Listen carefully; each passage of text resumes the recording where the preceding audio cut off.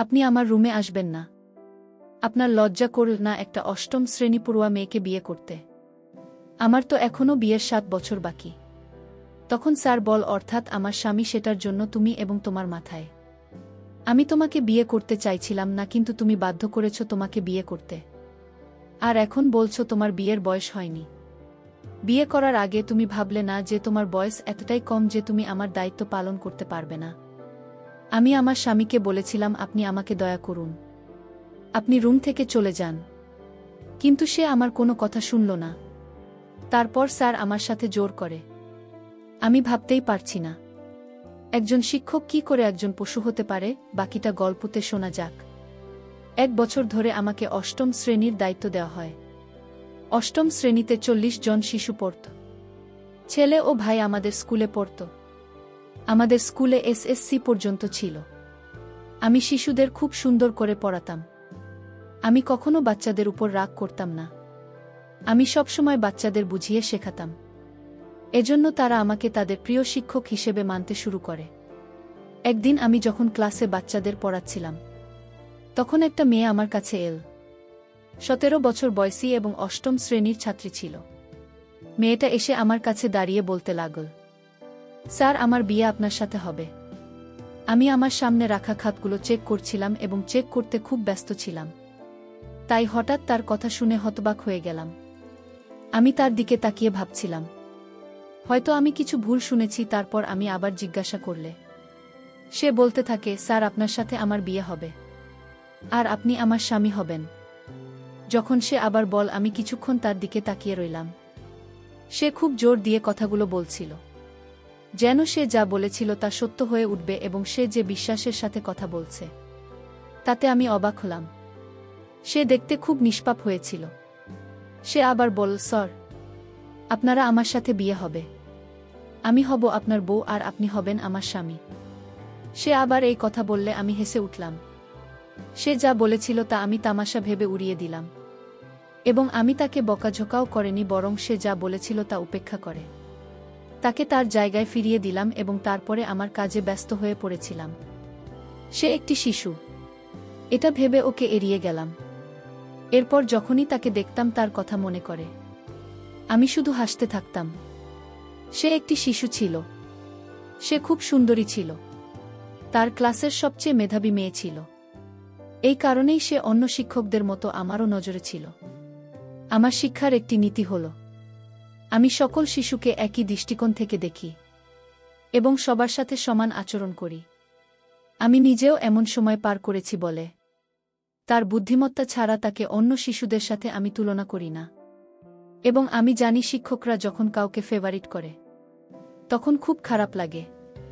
সেজন্য আমি সবসময় চেষ্টা করতাম এ বিষয়ে মনোযোগ না দিতে। আমি মেয়েটির কথা উপেক্ষা করেছিলাম।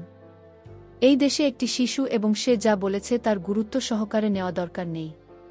তবে আমি অবশ্যই তার শিশুসুলভ কথা এনজয় করেছি। আমি ছুটির সময় স্কুল থেকে বেরোলাম যাতে আমি তাড়াতাড়ি বাড়ি পৌঁছে বিশ্রাম নিতে পারি। কিছুক্ষণ পর বাড়িতে পৌঁছলাম।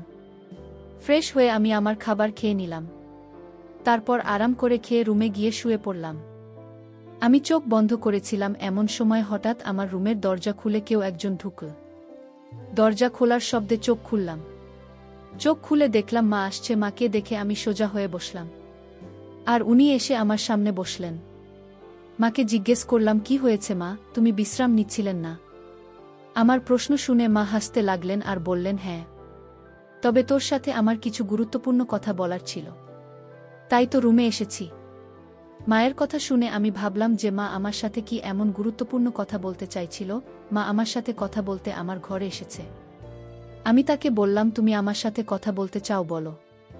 আমি খুব চিন্তায় পড়ে গেলাম এবং মা আবার হাসতে লাগল। মা আমাকে বলতে লাগল, হ্যাঁ, তোর সাথে আমার একটা গুরুত্বপূর্ণ কথা আছে এবং আমি এখন তোর সাথে কথা বলতে চাই, কারণ তোর বাবা তোর উত্তর জানতে চায়। এবার মায়ের কথা শুনে আমি আরও বিভ্রান্ত হয়ে গেলাম এবং একই বিভ্রান্তিতে আমার মায়ের দিকে তাকালাম। মা বলল, আসলে এখন আমরা তোর বিয়ে দিতে চাই। তোর বিয়ের বয়স হয়েছে, তাই তোর জন্য একটা মেয়ে খুঁজেছি।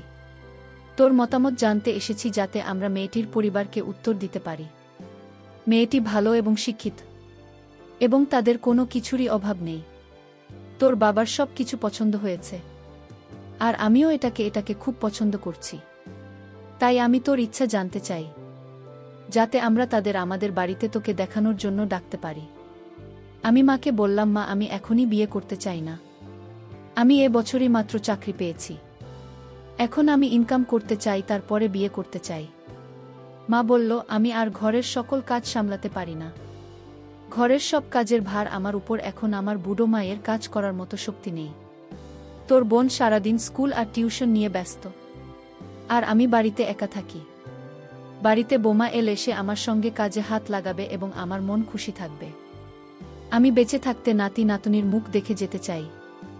আমি চাই না আমার ছেলের বিয়ে দেখতে না পেরে তার আগেই পৃথিবী ছেড়ে চলে যায়। মাকে বললাম, কি সব কথা বলছো? মায়ের কথা শোনার পর আমি অবাক হয়ে মায়ের দিকে তাকালাম, আর সেই নিয়ে অষ্টম শ্রেণীর ছাত্রীর কথা মনে পড়ল, যে আজ আমাকে বলেছে আমার বিয়ে তার সাথে হবে আর আমি তার বর হবে। সে যা বলেছে তা মনে করে আমি হেসেছিলাম, অথচ বাস্তবে আমার বিয়ে নিয়ে আলোচনা শুরু হয়েছে।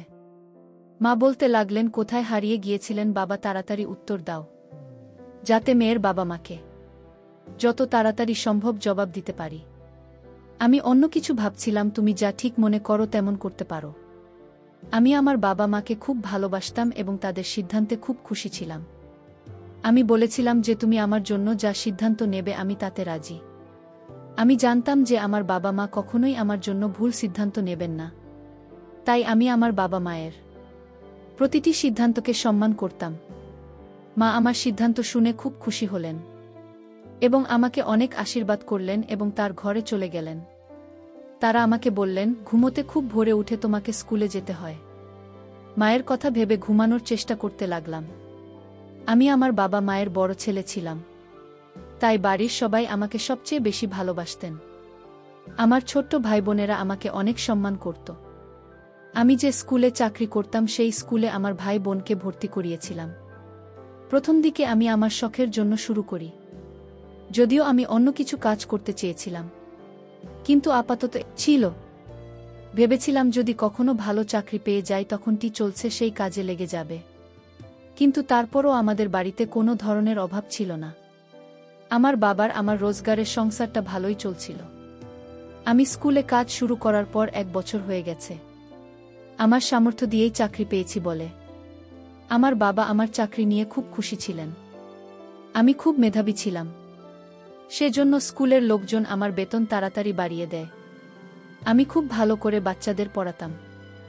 আমি কখনোই বাচ্চাদের সাথে খারাপ শব্দ ব্যবহার করিনি এবং স্কুলের সবাই আমাকে অনেক সম্মান করত এবং আমার বাবা মা জন্য খুশি ছিলেন যে আমি দায়িত্ব বুঝতে শিখেছি। আমার দায়িত্ব ছিল অষ্টম শ্রেণীতে পড়ানোর। আমাকে তো তাদের পড়াতে হবে এবং আমি কোনো সংকট ছাড়াই এই দায়িত্ব নিয়েছিলাম। আমি পড়ানো বিষয়ে আগ্রহী ছিলাম। এখন আমি অষ্টম শ্রেণীর স্থায়ী শিক্ষক হয়েছি এবং শিশু শ্রেণীর বাচ্চাদের পড়াতাম না। এরা আবার আমার কাছে এসে আমার সাথে বিয়ের ব্যাপারে খুব জোরালো সুরে কথা বলতে লাগল। আমি আবার তার কথায় হেসে ফেললাম। ভাবলাম সে বাচ্চা শিশুরা প্রায় এমন কথা বলে। আমি বিয়ে করার জন্য আমার বাবা মাকে হ্যাঁ বলে দিয়েছিলাম এবং আমার উত্তরে মেয়েপক্ষের বাবা মায়ের কাছে পৌঁছে গিয়েছিল। মা বলল, কয়েকদিন পর মেয়েটির পরিবার আমাকে দেখতে আমার বাড়িতে আসবে। তাতে আমি রাজি হয়েছি। আবার আমি যখন স্কুলের অষ্টম শ্রেণীর বাচ্চাদের পড়াতেন ছিলাম, তখন হঠাৎ আবার সেই মেয়েরা আমার কাছে এসে বলতে লাগল, স্যার, আপনার বিয়ে আমার সাথে হবে এবং আপনি আমার স্বামী হবেন।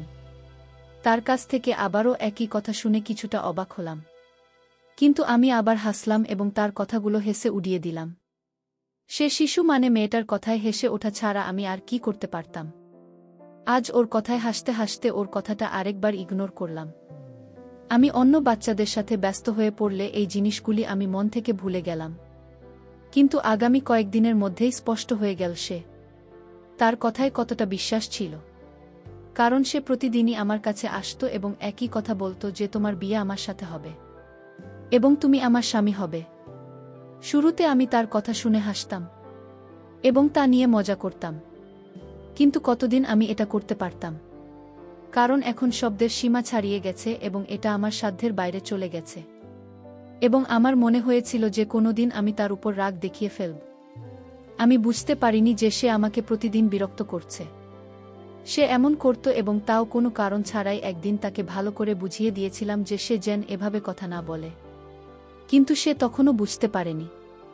সে আবার একই কর্ম পুনরাবৃত্তি করেছিল। এবার তার কথায় আমি আরও বিরক্ত হয়ে গেলাম। কিভাবে এই শিশুটিকে এসব কথা থেকে দূরে রাখা যায়, তার প্রশ্নের কোনো সমাধান আমি পেলাম না।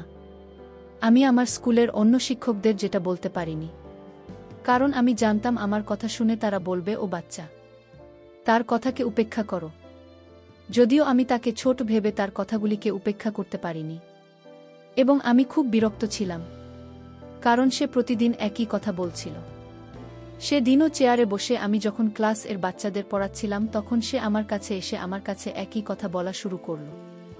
সে প্রতিদিনই কথা বলতো এবং আমি এটা সহ্য করতে পারছিলাম না। এবং আমার তার উপর খুব রাগ ছিল। ওদিক এসে আমার সামনে নিষ্পাপ মুখে দাঁড়িয়েছিল। প্রথমে তাকে ভালোবেসে বুঝিয়েছিল বাচ্চারা এমন কথা বলে না, কিন্তু তারপরেও সেই একই কথা বলেছিল, যেটা সে সবসময় বলতো। এবার আমি আরও বিরক্ত হয়ে গেলাম। আমি ওকে ধমক দিয়ে বললাম তাহলে ওর বাবাকে স্কুলে নিয়ে আসতে। আমি তাকে রাগ দেখিয়ে বললে সে বলতে শুরু করে, স্যার, আমার বাবা স্কুলে আসতে পারবে না। আমি তার বাবাকে স্কুলে ডাকতে চেয়েছিলাম, যাতে আমি তার সমস্ত কাজকর্ম সম্পর্কে বলতে পারি এবং সে তার মেয়েকে বোঝাতে পারে যে বাচ্চারা এভাবে কথা বললে ভাল লাগে না। আমি তাকে বোঝাতে হয়তো সে বোঝেনি, তবে সে অবশ্যই তার বাবার কথা মানবে। খুব নিষ্পাপ মুখে এ কথা বললেও আমি বললাম তিনি আসতে পারবেন না কেন, সেটা বলাতে আমার খুব রাগ হলো। কিন্তু কোনো রকমের রাগ কন্ট্রোল করে অনেক নরমভাবে তাকে জিজ্ঞাসা করলাম, তোমার বাবা স্কুলে আসতে পারবে না?